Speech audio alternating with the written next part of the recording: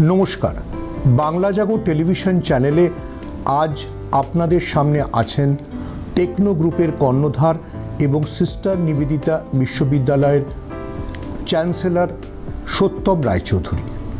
আমরা তার সঙ্গে আজকে আলোচনা করছি, যেহেতু রাজ্যের একটি নতুন বিশ্ববিদ্যালয়ের বিল পাশ হয়েছে, যে বিশ্ববিদ্যালয়টি মূলত স্পোর্টস এবং এন্টারপ্রেনারশিপের বিষয়ে বিদ্যাচর্চায় পথিকৃত হবে। সত্যমদা, স্বাগত। এই নতুন বিশ্ববিদ্যালয়টির কথা আপনি কেন ভাবলেন? অ্যাকচুয়ালি আমি দেখলাম যে আমাদের রাজ্যে কোনো স্পোর্টস ইউনিভার্সিটি নেই। এতগুলো তো ইউনিভার্সিটি হলো। আমাদের মাননীয় মুখ্যমন্ত্রী যখন মুখ্যমন্ত্রীর দায়িত্ব নিলেন, তারপর থেকে প্রায় 45 নতুন ইউনিভার্সিটি এসছে আমাদের সরকারি বেসরকারি মিলিয়ে। তা সেখানে কোনো স্পোর্টস ইউনিভার্সিটি আমাদের রাজ্যে ছিল না। আমি সেটা থেকেই ভাবনাটা শুরু। আর যেহেতু স্পোর্টসের মধ্যে আমি বহুকাল ধরেই আছি এবং আমাদের স্কুল, কলেজ, ইউনিভার্সিটির সমস্ত ছাত্রছাত্রীরা সবসময় স্পোর্টসের মধ্যে থাকে, পড়াশোনার সঙ্গে সঙ্গে স্পোর্টস তাদের একটা ইম্পর্ট্যান্ট একটা সেগমেন্ট, এবং যেখানে আমাদের প্রত্যেকটা স্কুল কলেজেই স্পোর্টস অ্যাক্টিভিটিসগুলো খুব ভেরি স্ট্রং, এবং আমাদের গ্রুপ থেকে ভালো ভালো ট্যালেন্ট উঠে এসছে। ন্যাশনাল ইন্টারন্যাশনালি তারা বিভিন্ন জায়গাতে পারফর্ম করেছে। তারা প্রতি বছর বহু মেডেল, সবগুলো জড়ো করলে প্রচুর মেডেল আমাদের ইয়েগুলোতে আসে, আমাদের গ্রুপে আসে।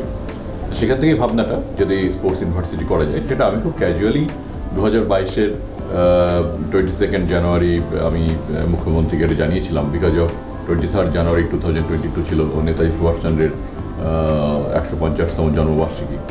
সেদিন আমি ওকে বলেছিলাম যে ওনার নামে যদি একটা স্পোর্টস ইউনিভার্সিটি করা যায়, এবং পরদিনই মুখ্যমন্ত্রী রেড রোড থেকে নেতাজি সুভাষচন্দ্র বসুর যে জন্মদিনের অনুষ্ঠান, সেখান থেকে অ্যানাউন্স করলেন যে আমাদের রাজ্যে একটা স্পোর্টস ইউনিভার্সিটি হবে, এবং টেকনো ইন্ডিয়া গ্রুপ এবং সত্যম রায়চৌধুরী এটা দায়িত্ব নিতে চান। এবং সেদিন থেকে কাজ শুরু, এবং আমরা মোটামুটি ক্যাম্পাসের ফার্স্ট পেজে যা যা দরকার একটা ইউনিভার্সিটি চালু করতে গেলে সেগুলো রেডি হয়ে গেছে।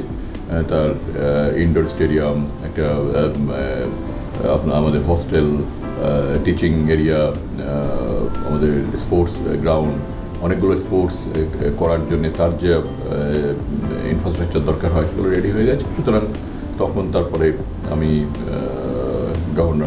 গভর্নমেন্টকে জানালাম যে এটা অলরেডি রেডি, এবার যদি তারা ইন্সপেকশন করে এটাকে অ্যাপ্রুভাল দেন, তারপরে।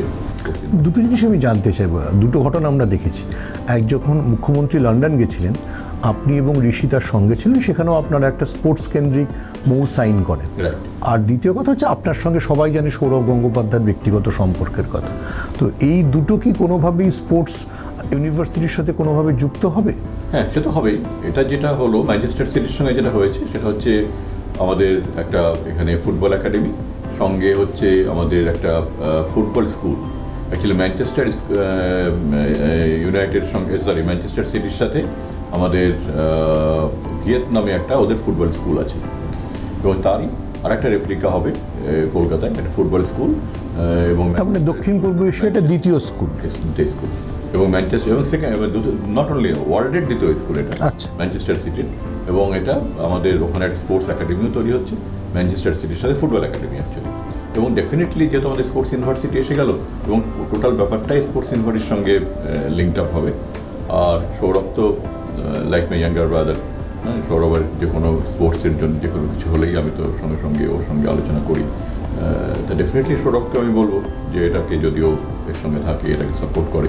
তাছাড়াও ন্যাশনাল ইন্টারন্যাশনালি বিভিন্ন স্পোর্টস অর্গানাইজেশন যেগুলো আছে তাদের সঙ্গেও টাই আপ হবে। এবং আমি তো এই তো লন্ডনে যাচ্ছি কয়েকদিনের মধ্যে, সেখানে 3টে ইউনিভার্সিটির সঙ্গে আমাদের স্পোর্টসের এই কোলাবোরেশনটা হবে, স্পোর্টস ইউনিভার্সিটির কোলাবোরেশনটা হবে। আমি গতবার গিয়ে এই কোলাবোরেশনটা করে এসেছিলাম, কথাবার্তা বলে এসেছিলাম, এবার গিয়ে সেগুলো আমি কমপ্লিট করবো। তো এইভাবে দেশে বিদেশে বিভিন্ন স্পোর্টস ইউনিটগুলোর সঙ্গে কোলাবোরেশন করবো আমরা। সেখান থেকে টেকনোলজিটা আসবে। এখানে স্পোর্টস এখন এমন একটা ব্যাপার যে শুধুমাত্র ফিজিক্যাল স্কিল দিয়ে কিন্তু স্পোর্টসটা উইন করা এখন ডিফিকাল্ট। এখন completely technology based, machine based, AI driven, এবং সেখানে একটি বাচ্চাকে তৈরি করতে গেলে তাকে অনেকগুলো ফ্যাক্টর দেখতে হয়, এবং তার জন্য নতুন নতুন ইকুইপমেন্ট, লেটেস্ট ইকুইপমেন্ট বসাতে হয়। আর্টিফিশিয়াল ইন্টেলিজেন্সের হেল্প আমরা ডেফিনেটলি নেব। এবং আমি অনেকগুলো বিদেশের অনেকগুলো স্পোর্টস ইউনিভার্সিটি ভিজিট করেছি, সেখানে কমপ্লিট জিনিসটা অন্য রকম হয়ে গেছে এবং তারা যেভাবে স্টুডেন্টদেরকে তৈরি করছে এবং তার জন্য তারা প্রতি বছর অনেকগুলো অলিম্পিয়ান তৈরি করছে, বিভিন্ন অলিম্পিক্স মেডেল তাদের কাছে আসছে এবং সেগুলো আমার মনে হয় যে আমাদের দেশেও আমাদের রাজ্যেও যে স্পোর্টস ইউনিভার্সিটি তৈরি হচ্ছে সেখান থেকেও আমরা আমাদের আলটিমেট এইভাবে কিছু অলিম্পিয়ান তৈরি করা। দ্বিতীয় যে শব্দটা আপনার ইউনিভার্সিটি জুড়ে আছে এন্টারপ্রেনারশিপ, সেই ব্যাপারে কী ভাবছেন? সত্যি তো এন্টারপ্রেনার বাঙালির দরকার, বাংলার দরকার। এই ইউনিভার্সিটির 3টে ফ্যাক্টর কাজ করছে। একটা হচ্ছে নেতাজি সুভাষচন্দ্র বোসের নামটা, কারণ আমরা নেতাজি মানেই আমরা জানি যে একটা শক্তি, একটা পাওয়ার, ওকে, একটা ইউথের আইকন, একটা মুভমেন্ট, একটা ইউথ, এটা একটা কাজ করছে। সঙ্গে সঙ্গে স্পোর্টস আর তার সঙ্গে এন্টারপ্রেনিয়রশিপ, এই 3টে জিনিসকে আমি কিন্তু মানে অ্যালাইন করতে চেয়েছি যে Netaji Subhash Chandra Bose, sports and entrepreneurship, অর্থাৎ একটা ফোর্স, একটা মুভমেন্ট। হ্যাঁ, এই মুভমেন্টের মধ্যে একটা ইউনিভার্সিটি শুরু হচ্ছে এবং তার জন্য কিন্তু এটাও কিন্তু স্পোর্টস অ্যান্ড এই এন্টারপ্রেনিয়রশিপ এটা কিন্তু এটা অনেকটা ইন্টারডিসিপ্লিনারি, কারণ বিকজ অফ স্পোর্টস তারাই করবে যাদের মধ্যে ওই জেলটা আছে এবং যাদের মধ্যে লড়াই করার ক্ষমতা আছে, যারা মুভ করতে চায়, এবং এন্টারপ্রেনিয়ার তারাই হয় যাদের মধ্যে ওই শক্তিটা আছে, যারা মুভ করতে জানে, যারা লড়াই করতে জানে, হ্যাঁ, যারা অল্পতে ভেঙে যায় না, তারাই এন্টারপ্রেনিয়ার হয়। সুতরাং আমি এই জিনিসগুলোকে একসাথে করার চেষ্টা করেছি এবং আমি আশা করছি যে এটা এমন একটা বিশ্ববিদ্যালয় আমাদের রাজ্যে এবং আমাদের দেশে হতে চলেছে যেটা কমপ্লিটলি ইউনিক। এবং আরেকটা তোমাকে বলি যে এটা কিন্তু আমাদের দেশের মধ্যে প্রাইভেট ইনিশিয়েটিভে ফার্স্ট স্পোর্টস ইউনিভার্সিটি। আরেকটা জিনিস যোগ করতে চাইব, আপনি বললেন মুখ্যমন্ত্রী 45টা বিশ্ববিদ্যালয় তৈরি করেছেন, একই সঙ্গে এটাও সত্যি সেই সময় আপনিও অনেকগুলো প্রাইভেট ইউনিভার্সিটি তৈরি করেছেন। তার মধ্যে উত্তরবঙ্গের ফ্যাশন এবং স্কিল ইউনিভার্সিটি এটা খুব ইম্পর্টেন্ট ইউনিভার্সিটি, কারণ এটাও কর্মসংস্থানের সঙ্গে লিড করে। তো আপনি সেটাকে কিভাবে প্ল্যান করছেন বা মুখ্যমন্ত্রী বা কী সাজেশন দিচ্ছেন? এটা প্রথমে যখন আমি এটা অ্যাপ্লাই করেছিলাম তখন ছিল স্কিল অ্যান্ড নলেজ ইউনিভার্সিটি, ওকে। তারপরে মুখ্যমন্ত্রী এটাকে ওর সঙ্গে ফ্যাশনটাকে আমাকে বললেন তুমি ওটাকে ফ্যাশনটাকে অ্যাড করো, এবং আমি ওটাকে ফ্যাশনটা অ্যাড করলাম, skill knowledge and fashion university, এবং উত্তরবঙ্গের প্রথম বেসরকারি উদ্যোগে প্রথম ইউনিভার্সিটি। এবং এটা ফ্যাশনটা হয়ে যাওয়ার পরে এটা কোথায় হবে? এটা কোথায়? এটা শিলিগুড়িতেই। এবং যখন বিলটা পাস হলো তখন আমি দেখলাম যে এটা কিন্তু আমার অজান্তেই, এবং মুখ্যমন্ত্রী নামটা দিলেন ফ্যাশন, এবং আমার অজান্তেই এটা ওয়ার্ল্ডের ফার্স্ট ফ্যাশন ইউনিভার্সিটি। ওয়ার্ল্ডে ফ্যাশনের ইউনিভার্সিটি নেই, তো অনেক ফ্যাশন ইনস্টিটিউশন আছে আমাদের দেশে বিদেশে, ডিফারেন্ট ইনস্টিটিউশন, কিন্তু ইউনিভার্সিটি নেই। এটা প্রথম ফ্যাশন ইউনিভার্সিটি হয়ে গেল আমাদের রাজ্যে এবং ওয়ার্ল্ডে প্রথম হয়ে গেল। তার মানে আপনার স্পোর্টস ইউনিভার্সিটি ভারতে প্রথম, ফ্যাশন ইউনিভার্সিটি বিশ্বে প্রথম।